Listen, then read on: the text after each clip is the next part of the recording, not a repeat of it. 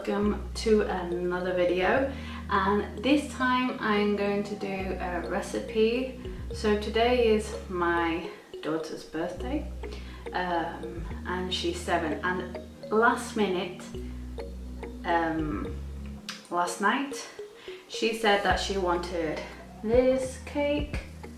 So it's an Oreo, but she wants it with all the chocolate. So I've tried my best because I've not got all the instruments and everything. I've got most of all the ingredients and everything, and there was no problem finding them. So I've cut the video off because my daughter came in. So I'm going to show you step by step how I did this Oreo cake, and it came out pretty good. It's not the same, but it was wonderful and Amelia loved it. So for this recipe we are going to need 50 grams of chocolate powder, 230 grams of sugar, 250 grams of flour, 150 milliliters of sunflower oil, a teaspoon of baking powder, half a teaspoon of baking soda, a pinch of salt, a yogurt, 2 eggs, 120 milliliters of milk, and Oreos crushed. And we're going to need the lemon to do the buttermilk. Remember, at the bottom I've got all the ingredients and the measurements. In this recipe we are going to need buttermilk. So in not all the countries it's easy to buy buttermilk. In Spain you can buy it in Lidl's if you want, but it's so easy to do. You just need some milk and a bit of lemon, and I'm going to use a quarter of a lemon and just squeeze it without any pips. Try not put any in, and just leave it aside for 5 minutes. So we're going to start putting in one bowl the flour, and we're going to add the baking soda, baking powder, and the salt and the chocolate powder, and we're going to mix it until it's well combined. So in this video I've got a standard mixer, but if you've got a hand mixer that will be fine, or even beat it with your pulse in your arm, that will do as well. So I'm going to add 2 eggs in the bowl and mix until it's well combined. So when the eggs are well combined, we're going to add the sugar and beat it well until it's double in size and it's a yellow white. So if you see, that's how it looks. It looks like it's double in size and it's nice and smooth. So we're going to add the sunflower oil. So when I started doing this video, I didn't realize that my daughter would be screaming all around in the kitchen, so I couldn't carry on talking. So that's why I'm doing audio now, and I just nearly forgot to tell you that you've got to add with the oil plain yogurt. So when we've mixed in the oil and the yogurt, we are going to put half of the dry ingredients and mix that. The important bit of this all is we're going to mix it in a slow speed, because we want the cake to be as moist as possible. So when we've mixed it, half of the ingredients, we're going to go around with the spatula just to make sure we've mixed it all well. And then when that's all done, we're going to put the other half with the buttermilk that we've made in. Sorry, my daughter's there screaming. So yeah, so we're going to mix it all together in a slow speed, and always remember to go around with the spatula. So when the batter is finally mixed, I'm going to go with the spatula and I'm going to put the Oreos in there.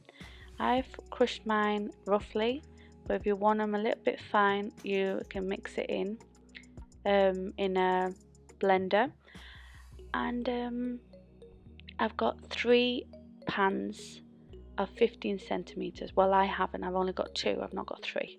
But I grease them up with butter and some vegetable paper with the soup spoon, I measure my pans, so I put them so then I've got the same measurements.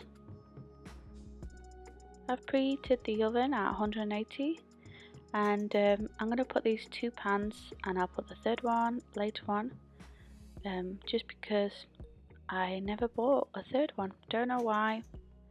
I'll know the next time. So for the buttercream, we're going to need 250 grams of butter, 400 grams of icing sugar, Oreos and salt. And what I've done is I've halved the Oreos and I've took the white stuff out, and I've heated it up a bit in the microwave to soften it with a bit of cream. And we're going to start mixing all the butter for at least 5 minutes, and then when that's all nice and fluffy, we are going to put half of the icing sugar and mix that until it's all combined. Then mix the other bit of the icing sugar until it's all completely done. So when you've mixed all your icing sugar, this is how your buttercream should look. It's nice and fluffy and white. And we're going to put in the Oreo white bit of the Oreo and the Oreo finely chopped. What I've done is put it in the microwave with a bit of cream, the white stuff, just to give a little extra to the buttercream. So for the chocolate ganache, we are going to need 110 milliliters of cream that I've already heated in the microwave, and 150 grams of chocolate. We're going to break it all up, put it in the bowl, let it set for at least 5 minutes, and then when the 5 minutes have passed, we are going to mix well. So we leave that aside, and if you see, we've already got my buttercream with the Oreos done, and a little bag of Oreos just to have the decoration at the top. So 5 minutes have passed, we're going to mix it, and if we still see that there's still a bit of chocolate that is not melted, we're going to put it in the microwave for 30 seconds. We'll get it out, mix it again. If you still see that the chocolate's still there and it's not melted, we're going to put it back in for 30 other seconds, and until we see it's completely melted. So I think I forgot to tell you how long it needs to be in the oven. So it's they're in the oven for 25 minutes, and I've got everything prepared: the ganache, the buttercream and the cakes. What I've done is, if they've rised up a little bit, I just cut them a bit just to make them as straight as possible. So when you've got everything prepared, this is the fun part: stacking your cakes. I remember the first time I did it, it wasn't that easy. So I'm going to start putting a dollop of buttercream on my first layer, and I just put it here on and just smooth it as straight as possible. And then when that's done, I'm going to put a little bit of ganache on top of the buttercream. So that's how the first layer would be. So I'm going to put a little bit of ganache on top, and then I'm going to blend it in with the buttercream, and then I'm going to do the same with my other layer of cake. So I put one more layer on top, buttercream and ganache, and then my other layer of the cake, and then we're just going to do all the buttercream all around the cake. It doesn't have to be perfect at all, it's just the thought that you've done. I did this for my daughter, and it was from one last minute to another. And I enjoyed it, but it was a bit stressful with the baby crawling around everywhere. So when you put the ganache, what I try and do is leave it right in the middle, so it's only 3/4. I am laughing because my daughter is trying to help me with the spoon. She was so funny. And now that I see the video, it's so funny. But at that moment I was very stressed because she just wouldn't stop. So what I'm showing you is I only do 3/4 of around the buttercream. I'll leave a little bit on the sides because I don't want it to spread around onto the cake when we decorate. So when I want to start decorating all the cake with the buttercream, I start from the top and I clean my spatula because I don't want any chocolate or anything, so I just clean it with some paper, and I'm going to spread it from the top to the bottom and then spread it all around the edges at the bottom. And if you see that your cake and your buttercream is a bit soft, my suggestion is to put it in the fridge for at least 10 minutes and then try and do it as smooth as possible. If you see, this is how my cake turned out. And then I'm going to start with the ganache. Okay, I've not got them fancy little things that everyone has got. I should buy myself one because I think the spoon thing just didn't work out properly for me. So now thinking that I should have thought at the moment that I could have used the bags that you use for the freezer, or you put your sandwiches, and just done a hole with some scissors and it would have done a better job. I just didn't realise at the moment.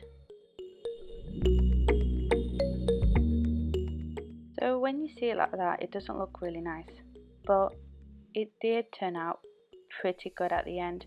I think I need to buy one of the bottle things to do my drip cakes, because then I can do much more and it wouldn't be as difficult with a spoon. So with the spoon I do this little decoration at the top. You just turn your cake with a turner and then that's how it will look. It looks like a little flower. It's really, really pretty. So in the piping bag I'm going to put the rest of the buttercream inside, but I got this nozzle, this one, and it just didn't work because of the Oreo bits. It just was in there all the time and it just didn't work. It didn't work.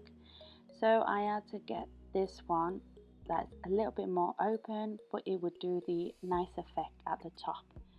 But if you don't want to do anything at all on the top, you can just leave it with the chocolate, but then you couldn't decorate it with your Oreos. So if you see, this is how it would turn at the end with the other nozzle, not the first one. The first one with the buttercream and the Oreos, it just wouldn't work because it just spreads in and it wouldn't come out. So that's another thing that I've learned today. So this is the final cake. That's how it ended. She was so happy when she saw it. I did it as a surprise. She didn't expect it. And with all the situation that we are going through with COVID and everything, I really, really wanted to do something special now that she can't do any birthdays or anything. It is so upsetting that we've got to this point with us, and as well with the little ones, that they understand but they don't understand as much as we do. So I hope that you enjoyed my video, and if you're not subscribed, please subscribe, and I'll carry on putting more recipes. I hope you have a wonderful day. Take care. See you in my next video. Bye.